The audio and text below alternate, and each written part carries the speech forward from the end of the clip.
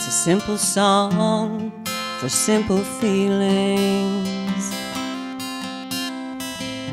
You see the moon, watch it rise across the continent. A night bird sings, and somewhere someone hears its cry.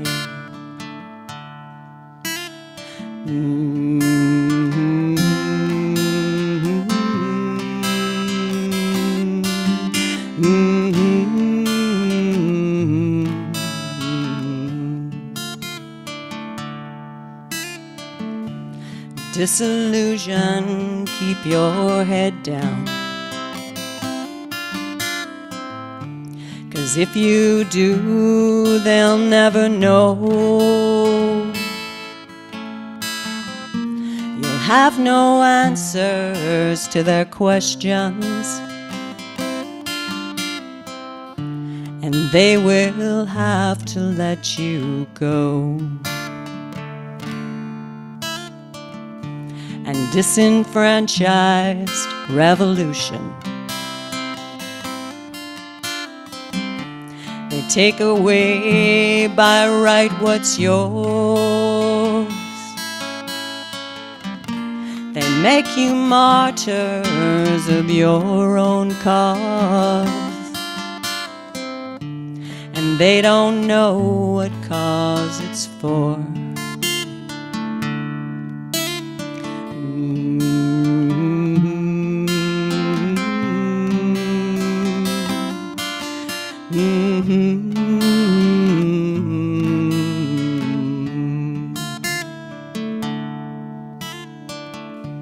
And all deserted stand alerted.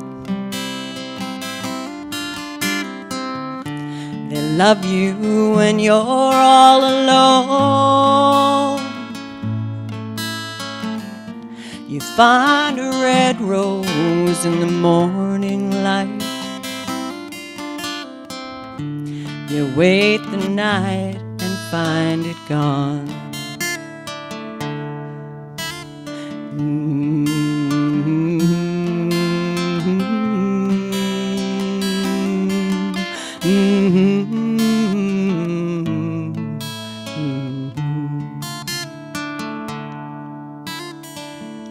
So hear my words with faith and passion.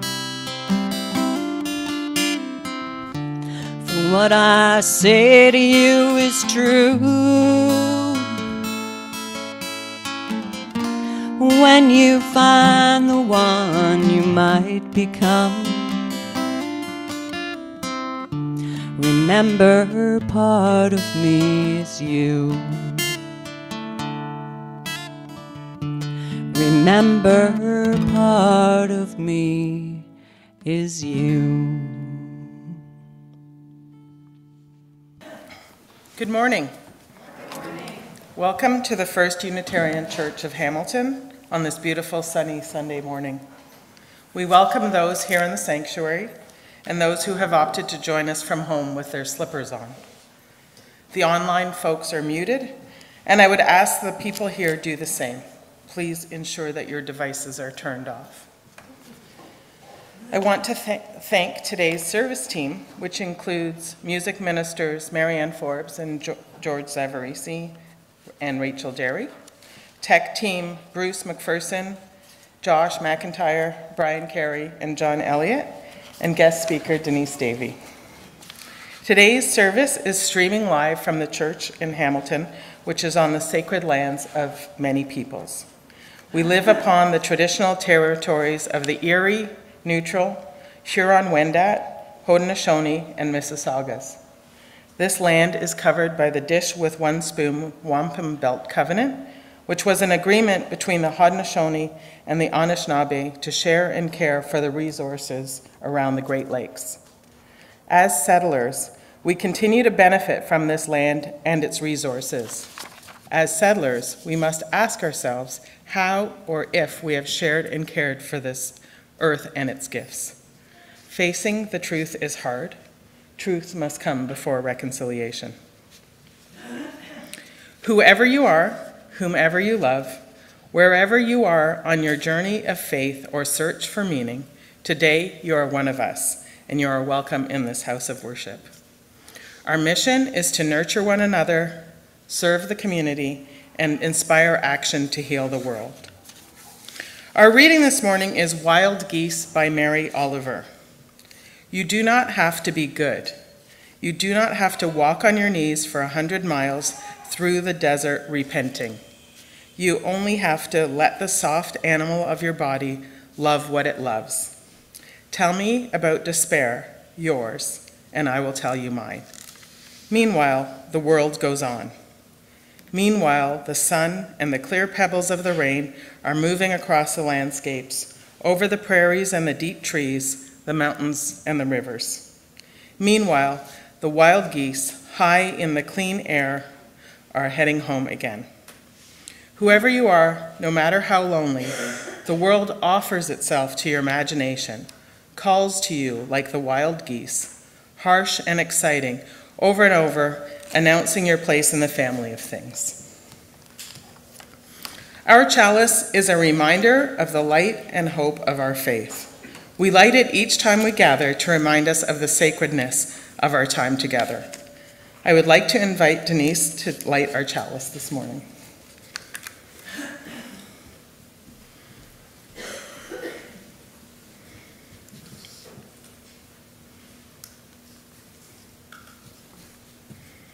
Please join me in our chalice lighting words. May this flame be our light of friendship and love. Number 1053, How Could Anyone?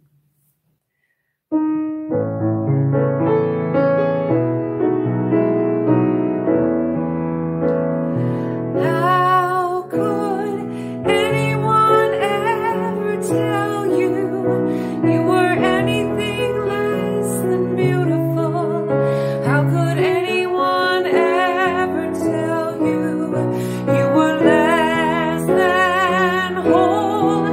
How could anyone fail to notice that your love is a miracle?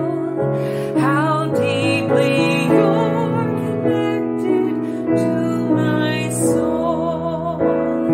How could anyone ever tell you you were anything less than beautiful?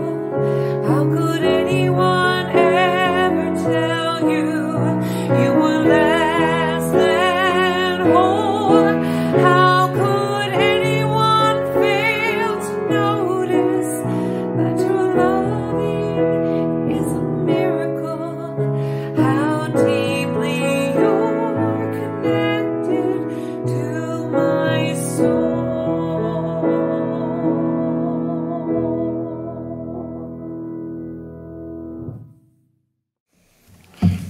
Good morning. Just a little bit of housekeeping today, that after the story, if the kids would line up at that door with Petra, we're going right out to the gardens because there's no point in being inside this morning. Just saying. Not to cast aspersions on the rest of you. We'll be in here listening to Denise because it'll be wonderful, but we're going outside. So our story this morning, I'm just waiting for Josh to put it up, is called The One with the Scraggly Beard. It's written by Elizabeth Withy and is illustrated by Lynn Scurfield.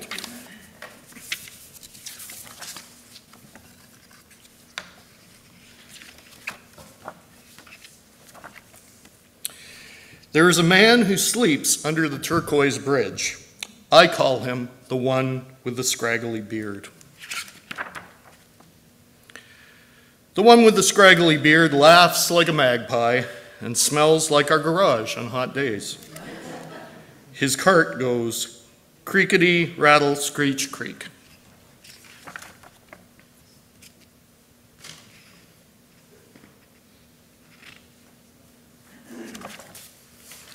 He's missing a front tooth, like me. My mother says I'll grow a new one, but the one with the scraggly beard won't. The one with the scraggly beard wears 3 watches and a Princess Leia button, and he can eat 5 hamburgers in a row. And he always forgets to brush his hair, like me. His pockets are full of tools. My pockets are full of rocks. Why does he sleep under that bridge, I ask? The city is full of houses. Is he afraid of indoors? My mother says he's not afraid of anything, except maybe the dark, like me.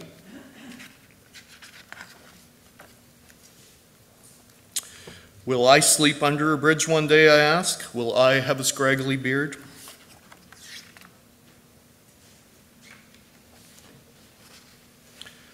My mother says life is like the sea, sometimes smooth and sometimes very rough. And she says we can't see ships that are past the horizon. Does the one with the scraggly beard have a ship, I asked? Is he a pirate? My mother says he's not a pirate.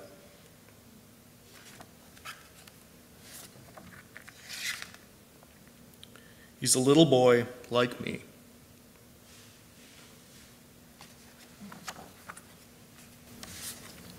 A little boy who got big.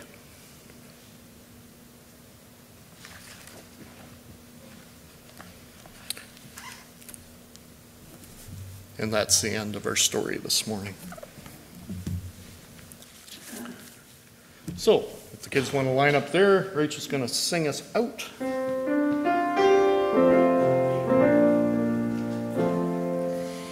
As you go, may joy surround you.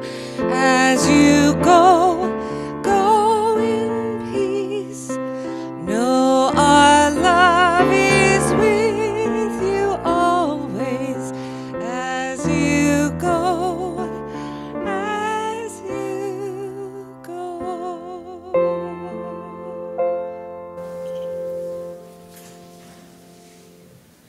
Our offering is a reminder of the spirit of generosity that is at the heart of our religious community. In sharing our financial resources, we ensure the continued existence of our church. Your financial contributions are appreciated and make a difference. We thank you for giving as generously as you are able. We will now receive our offering while we listen to our music ministers.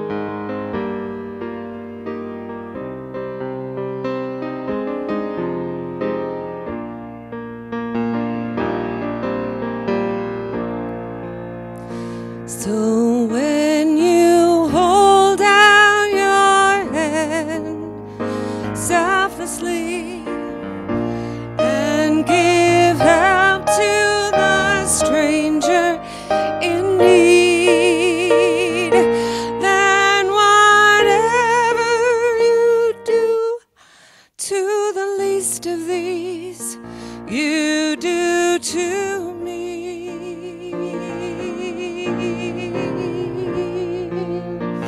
So when you hold out your hand selflessly and give help to the stranger in need, then whatever you do to the least of these, you do to me. You do to me.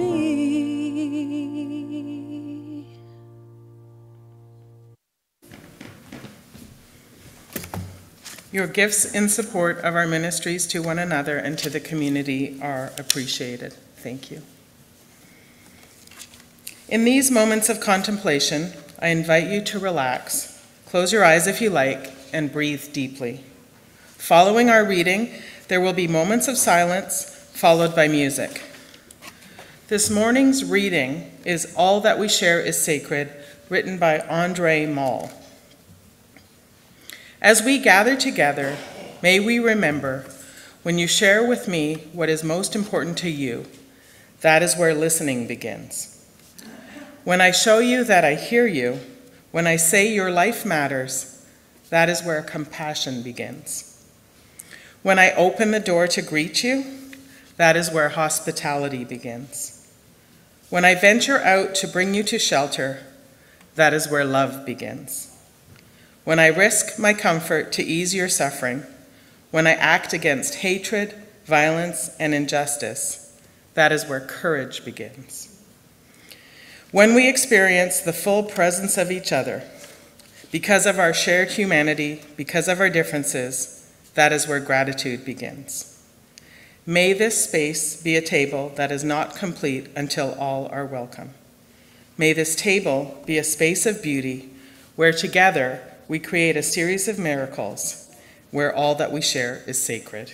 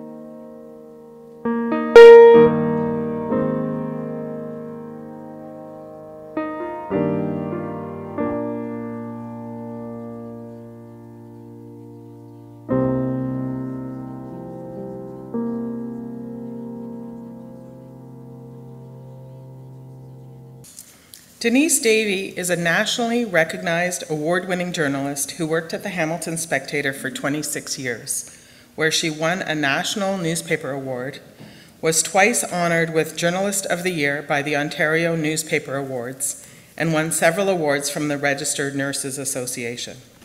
She is also the recipient of 4 National Journalism Fellowships. Denise has been a member of our congregation for more than 20 years. Denise's book, Her Name is Margaret, will be for sale after the service. For those at home, it is available at Epic Books and any local booksellers, as well as Indigo and Amazon. That's okay. Good morning.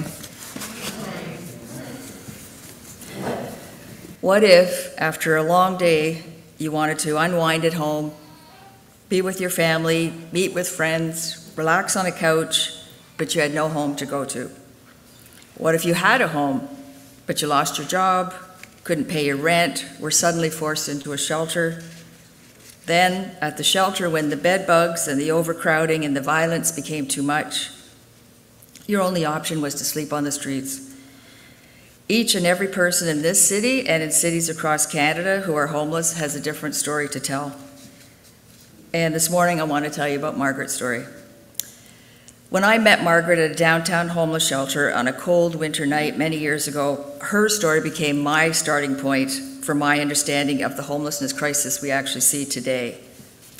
Her parents were Pentecostal ministers from Canada who actually worked in Barbados. She was born there along with her 3 younger brothers. They had a very strict religious upbringing, and Margaret was very much involved in the church. She dreamed about someday becoming a teacher. But at the age of 16, all of that was derailed when she began to exhibit symptoms of a mental illness. 3 years later, those symptoms had worsened to the point where she needed 24-hour care. That's when she became a patient at the Hamilton Psychiatric Hospital. And from that moment on, over the next 30-plus years, she was let down by the system, by doctors, by a flawed government policy, and by her family. So the tattered, rundown woman that I saw sitting before me on that cold winter night was really a product of a series of failures that had been thrust upon her. Her journey to becoming homeless had happened by no fault of her own, and living on the streets had seriously taken its toll. Although she was only 49, with her matted hair and gray leathery skin, she looked to be in her 70s. Staff told me that she'd been coming to the shelter for about 10 years and that she'd likely been talking to her because she had never really told anybody her story, even in the 10 years she'd been coming. To my great surprise, Margaret opened up to me, told me her entire life story.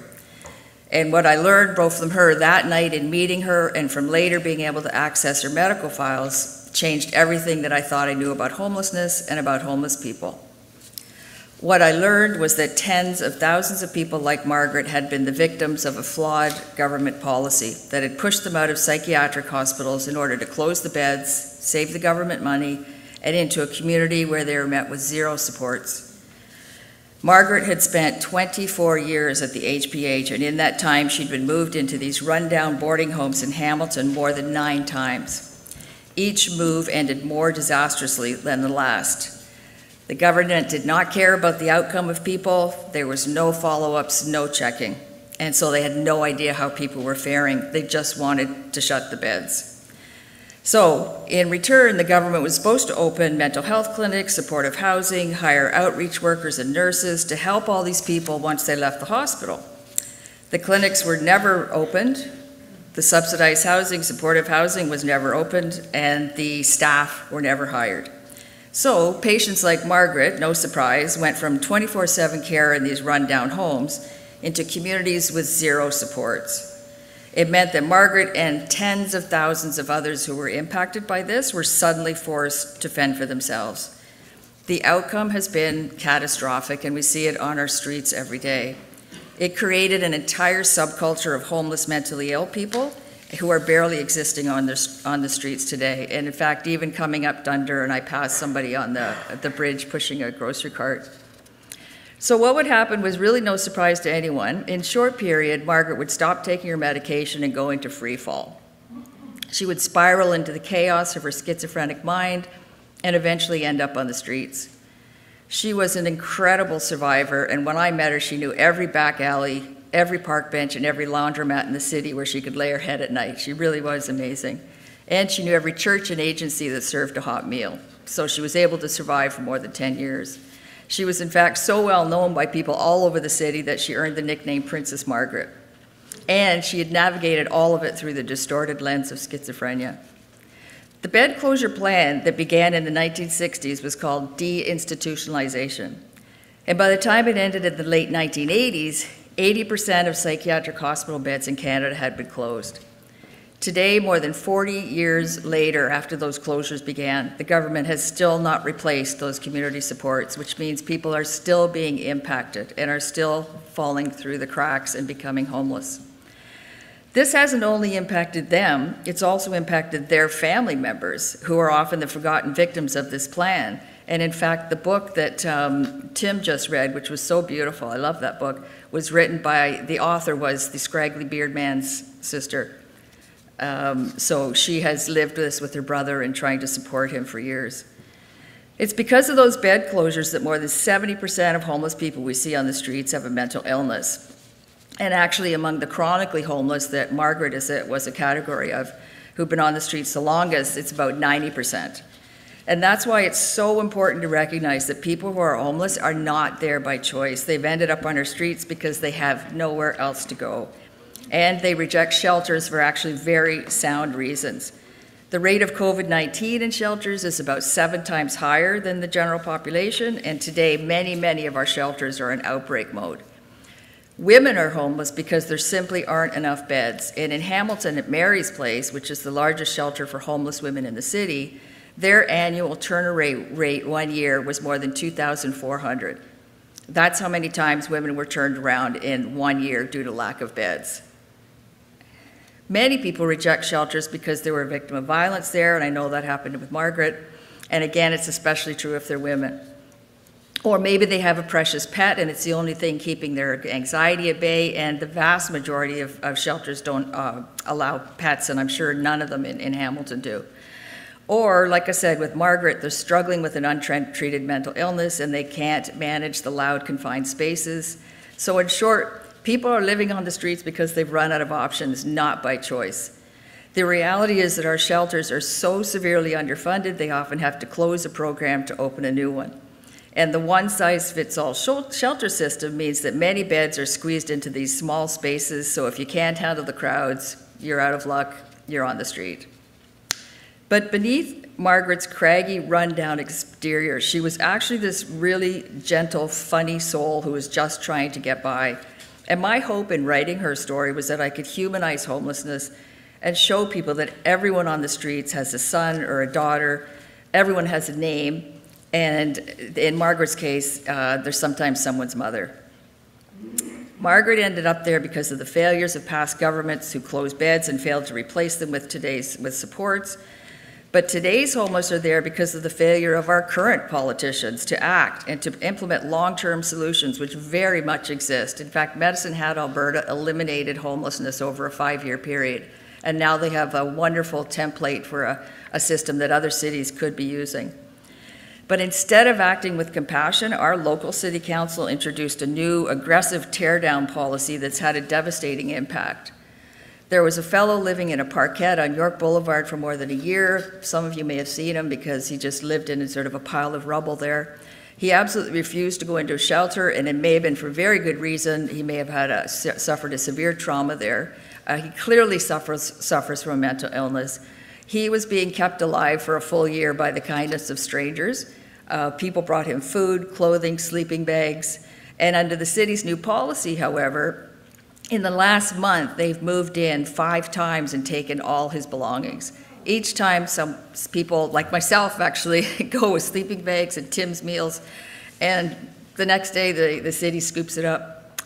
So he's on the run. He's now moved into a spot a couple of blocks away. I just met with him 2 days ago. And the sad thing is, it's likely a matter of time before the city finds him and they take everything again. That's the new policy and how it works. It hardly seems a fair fight to pit a city hall against a homeless fellow with a mental illness, but so it goes. Each time I see him, I ask myself, surely there's a more compassionate way we could be helping this man. Surely in the year 2022, we could be doing better. We know how to end homelessness, and it involves housing that has proper supports tailored to a person's needs. And why aren't we moving toward that?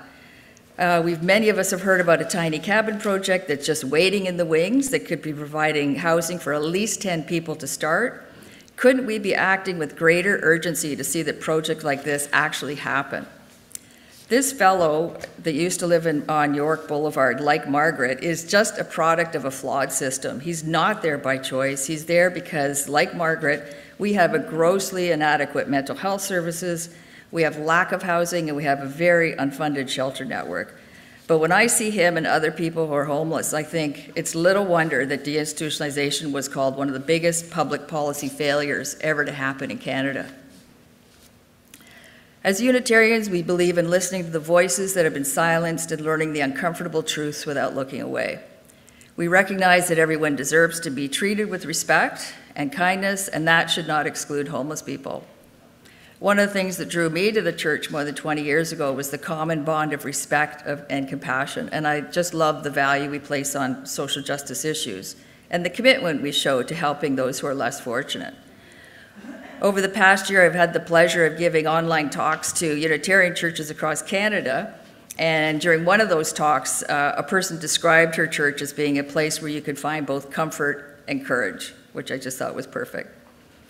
I certainly saw that compassion at work in our church a few years ago when some of our members discovered people living in tents in an area adjoining the yard. They quickly set up a group to help them and put supports in place, and I just thought it was a wonderful example of how our church responds to the plight of others. The homes where we live aren't just places that shelter us. They're where we build loving families and where we learn new things and where we can be creative and where we develop our spirituality. They're places where we feel loved and safe and where we belong. Just imagine never having that. For homeless people like Margaret, instead, every day is about survival, surviving the hunger, the assaults, the cold, and the humiliation. As I said, Margaret's story is the story of thousands and tens of thousands of other people who were homeless back when Margaret was on the streets and today, and each one of them had a life before they became homeless, but they've been beaten down by a flawed system. Margaret was so run down when I met her, and I can't believe she lived another 2 years after that. She died at the age of 51 after she fell and hit her head at a sub shot down on King Street East.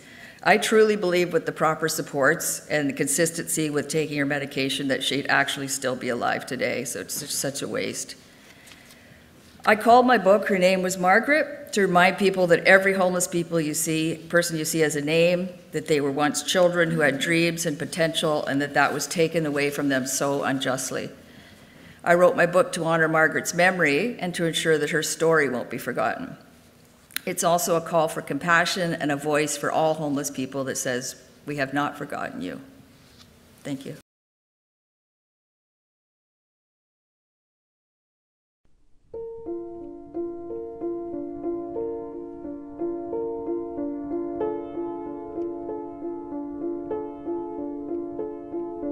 Margaret Jacobson was born April 5th, 1944.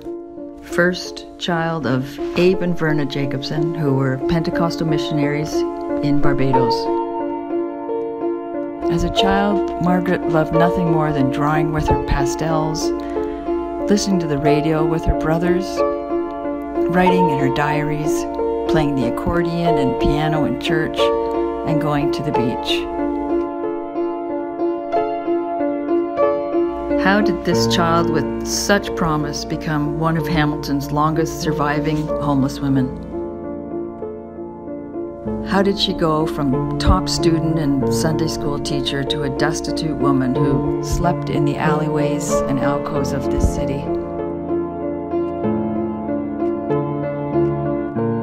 These are some of the questions I set out to answer when I wrote my book. Her name was Margaret, life and death on the streets.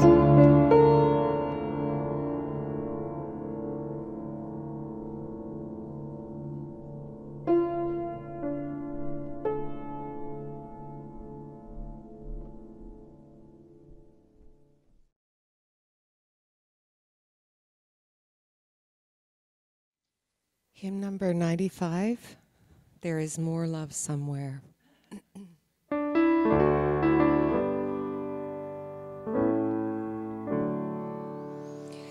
There is more love somewhere.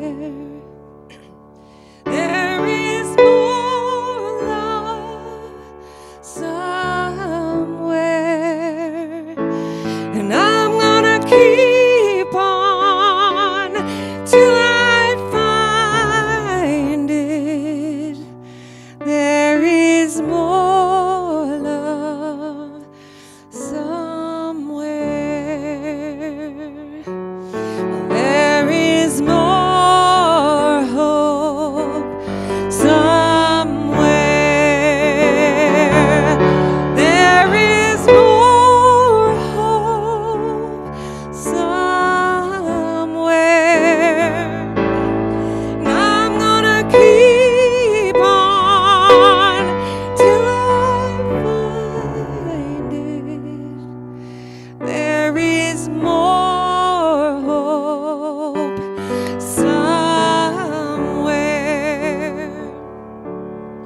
There is more peace somewhere. There is more peace somewhere. And I'm gonna keep on till I find it. There is more peace somewhere. And there is more joy somewhere. There is more joy somewhere. And I'm gonna keep on till I find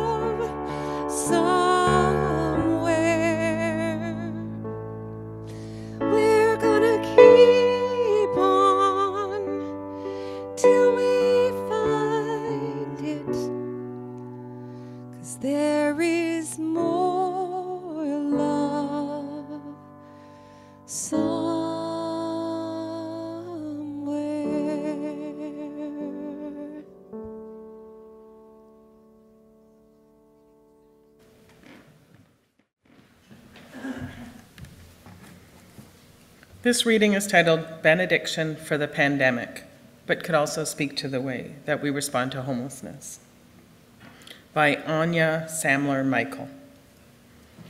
When faced with a challenge such as this, we can turn toward one another, or we can turn against. We can ignore the cries of our neighbors, or we can let them cry into the arms of our witness. We can respond with indifference to systematic injustice, or we can commit to its undoing. Good souls, tales will be told of how we responded when this particular hell was visited upon our earth. Let us know, and let it be said by generations to come, that when the pain of our separation was revealed, we moved closer to the promised land of our beloved community. We will now enjoy our postlude.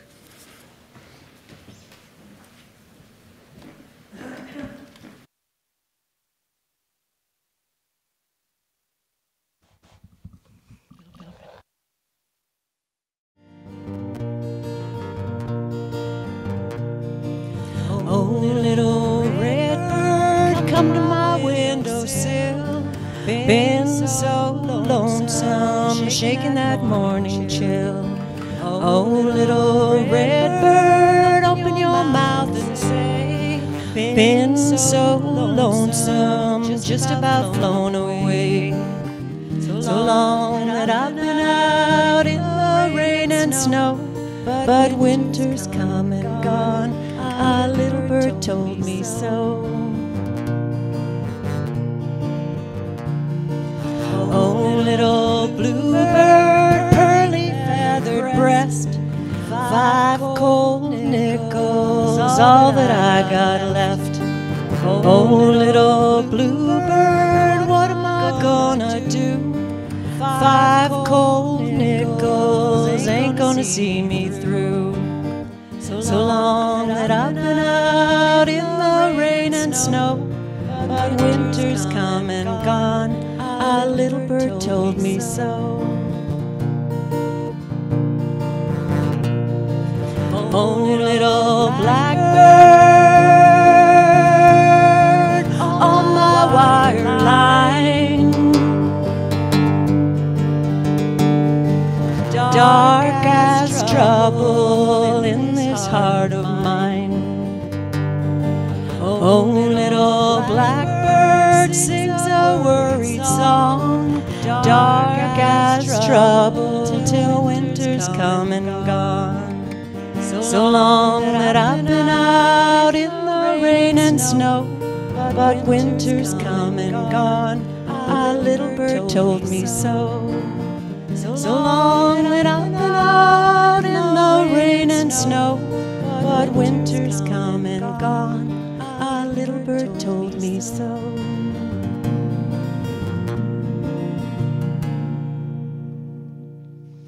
Thank you.